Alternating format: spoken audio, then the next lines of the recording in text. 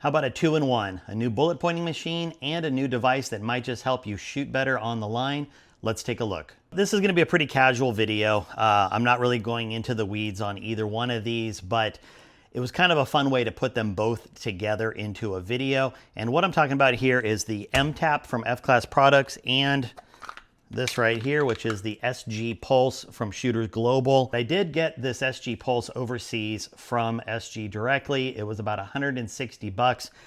And funny story, I got this and it was actually in transit from wherever it came from overseas. And I was talking to my buddy Gary Melton, who owns Paramount Tactical, and he also has a YouTube channel, but he has a web store that does a bunch of different things. And I was saying, hey, I got this really cool device and this and that. And he goes, oh, the Pulse? I said, yeah. And he goes, yeah, I just became the US distributor for those. And I said, well, that's cool.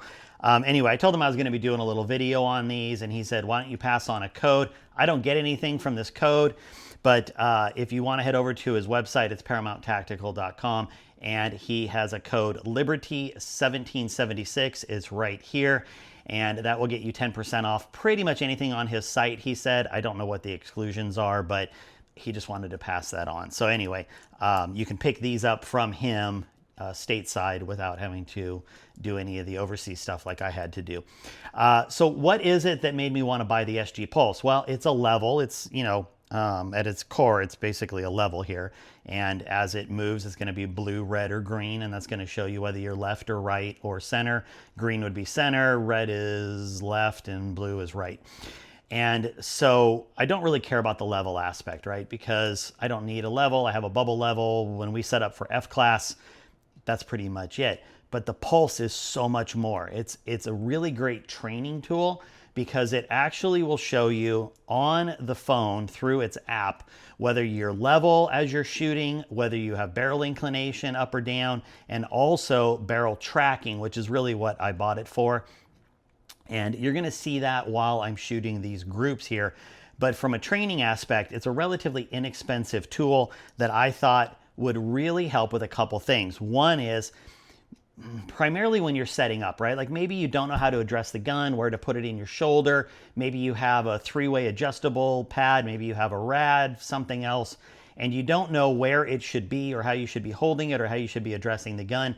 This is going to help show you. Now, it's not a cure-all. It's not going to magically fix your shooting position, but it is going to show you when you shoot, is the barrel rising directly straight up? Are you getting weird barrel flip or torque? Are you pushing or pulling on the gun when you shoot? All kinds of different things. Some of the best examples I've seen so far are Peter Milano, and he's been using one of these since it first came out, and he does some really cool PRS stuff with it. And he's one of the guys I talked to before I bought this, and he said 100% get this. There is no better tool on the market right now. And then I talked to a couple of my buddies here in the States that are high-level PRS shooters, and they said the same thing.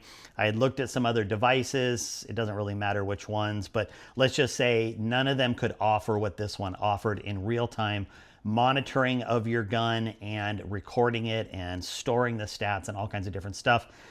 And that's just for F-Class. If you do PRS or anything else, you can mount this on a pistol, you can mount this on a rifle, whatever you want to do, you can use it in your training, dry firing, all kinds of stuff. Anyway, I've only used it a little bit so far. It does seem like it is accomplishing the goal that I want, which is to show me if I'm consistent in my gun handling. And really, that's what I bought it for at the end of the day.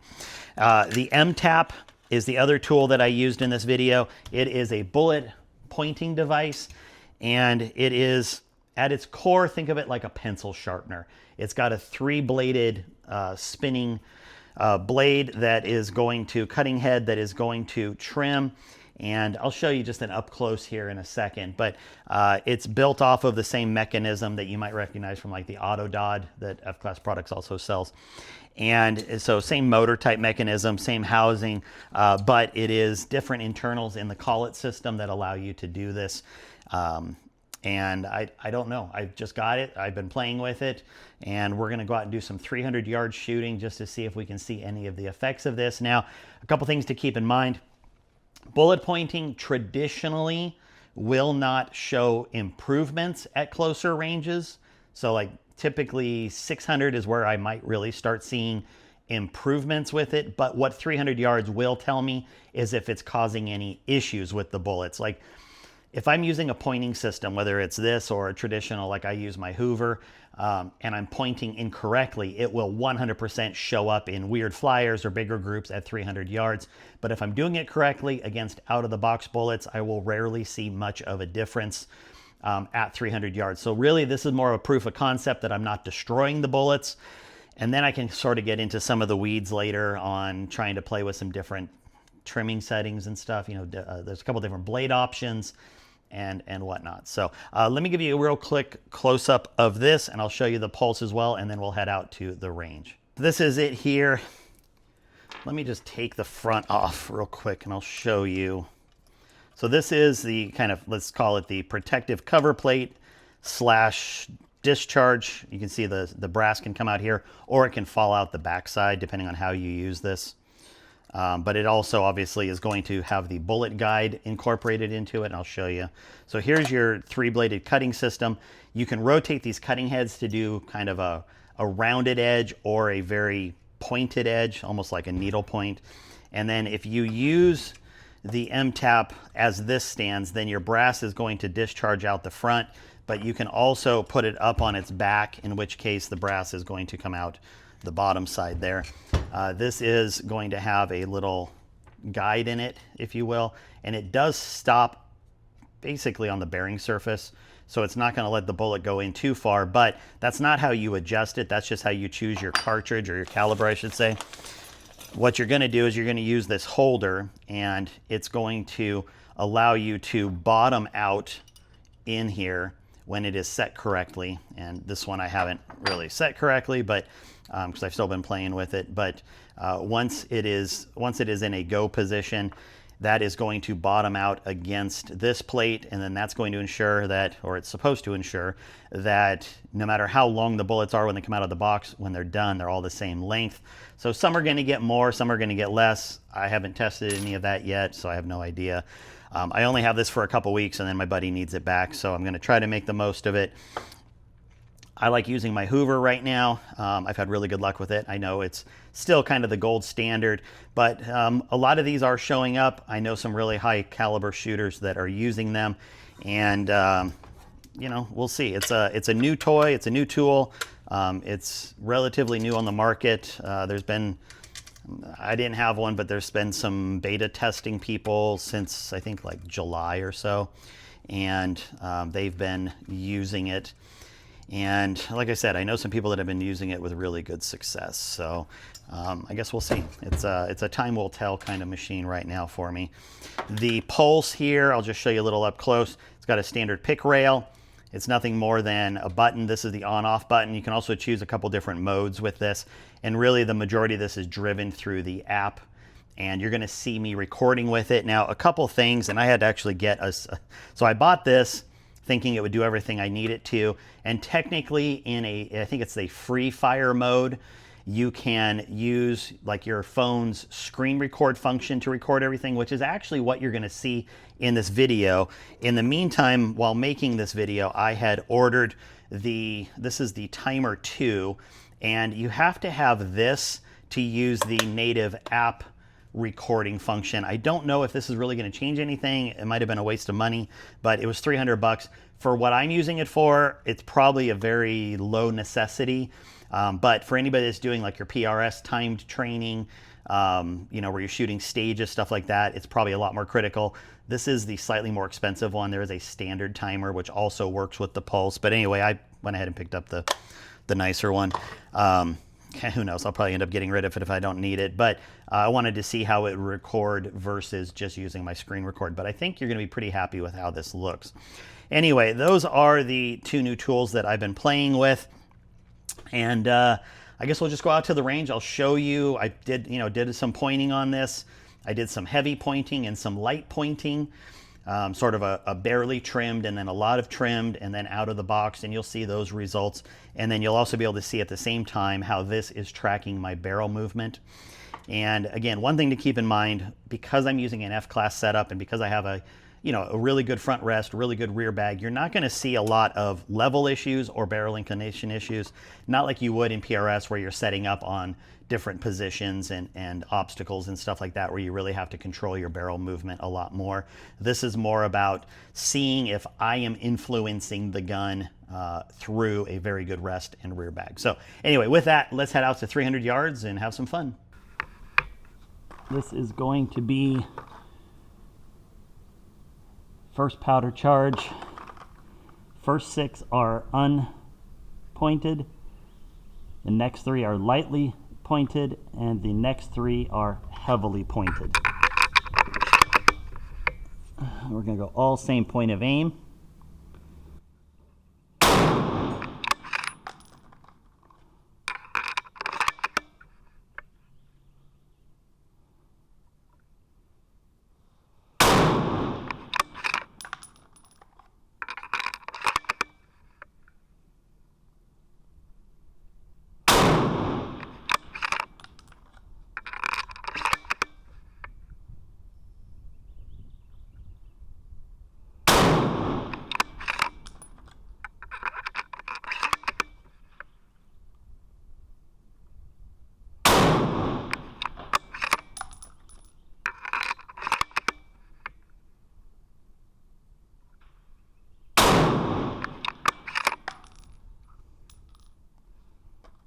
That is the end of the out of the box. Now we have lightly pointed.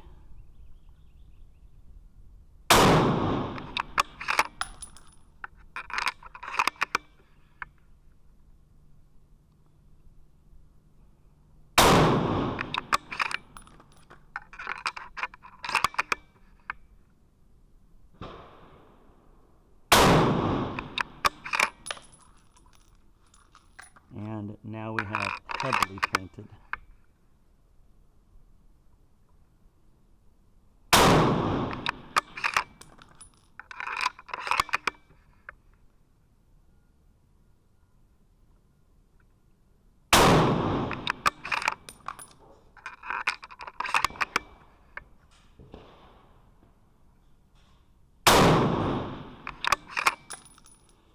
One, 2, 3, 4, 5, and 6, which were the out of the box, shot a 1.5 inch group. Then if we look at 7, 8, 9, and I know the first sample size is bigger, I get it, but it's just the way that I did it. So 7, 8, 9 are going to be just under that, 1.22 inches.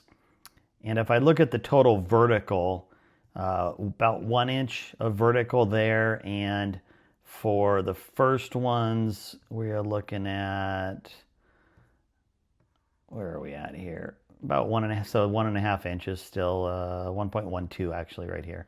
So 1.12 and just a little bit more on these, 1.12 versus 1.05. So just a little bit more on the box bullets versus the lightly MTAPed.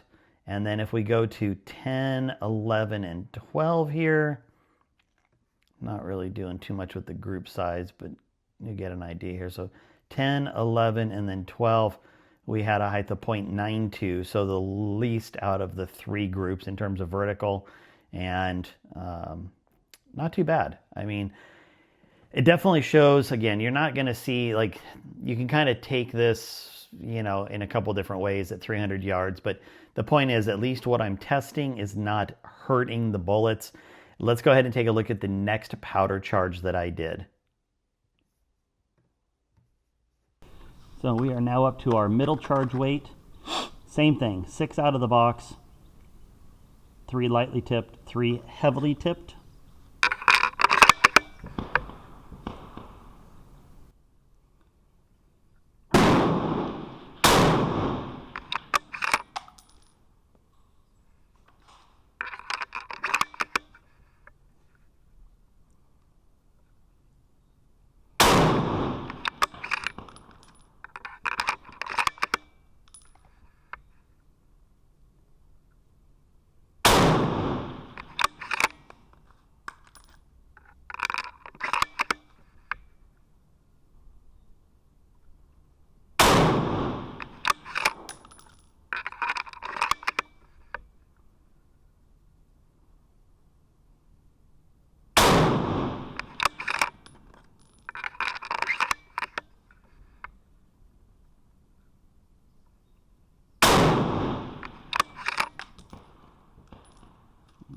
a little more vertical at that charge weight.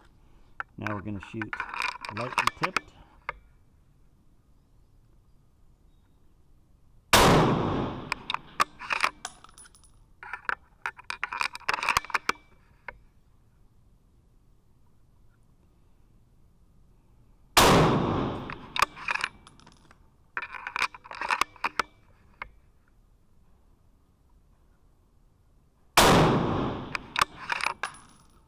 And heavily tipped.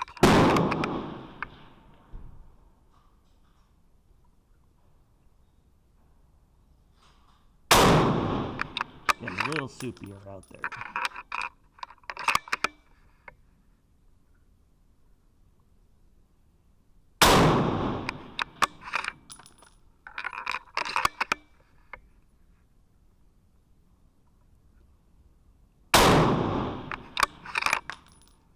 Looking at this middle powder charge, again, one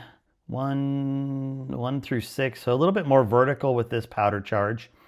1 through 6 here.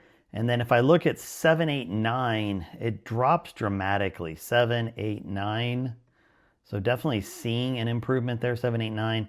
And then if we look at 10, 11, 12, and, you know, there's definitely some outliers with 1, then 2, and stuff like that. You know, it's just one of those things. It's the way it goes. But saying about the same vertical, about a 1-inch vertical on 10, 11, 12. So 7, 8, 9, the light ones in this case, were the shortest, just over 1/2 inch in vertical. So again, not damaging the bullets in any way, definitely getting some varied results, which I would expect at 300 because it's going to be a little bit of a mixed bag, but happy to see that I'm getting good results with all of the testing right now. Boy, all the mirage is gone, everything just totally settled down, and we just have 6 shots at our highest charge that are all out of the box. I did not point anymore because I ran out of rounds, and just the way it goes.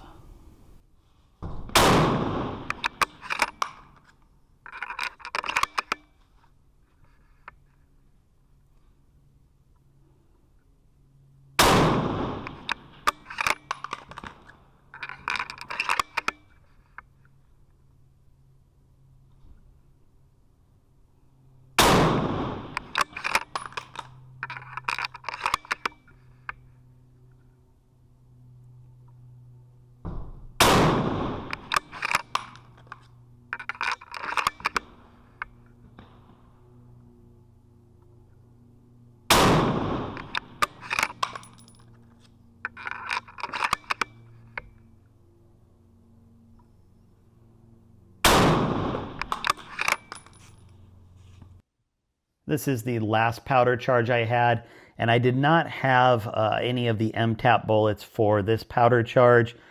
To be honest, I made a dumb mistake and I shot them during my fouling. I had them in an area of my box that I wasn't really paying attention to, so they ended up getting shot. But these are the out of the box, still about a little over 1.5 inch 6-shot group, and a little over, 1.25, 1.38 total height here.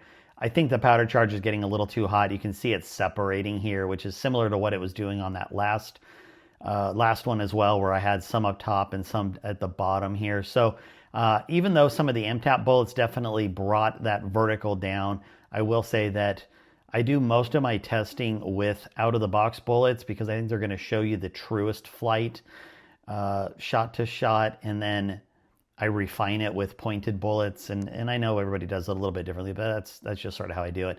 But looking back, I would say great results from the Pulse. It definitely was interesting to watch. It was definitely interesting to see how, if there was a shot, was there any change in the vertical? I honestly didn't see too much in this case. If something walked a little right or a little left, it wasn't that much, and I wasn't seeing any massive changes with the Pulse. But again, great video to show what it can do. I'm excited to get the timer incorporated as well, because that's going to really let me showcase a lot of shot-to-shot variance in a more finite detail way other than just casual observation like I'm doing now. So appreciate everybody watching. Hope everybody gets a chance to get out and shoot. Have a good one. We will talk later.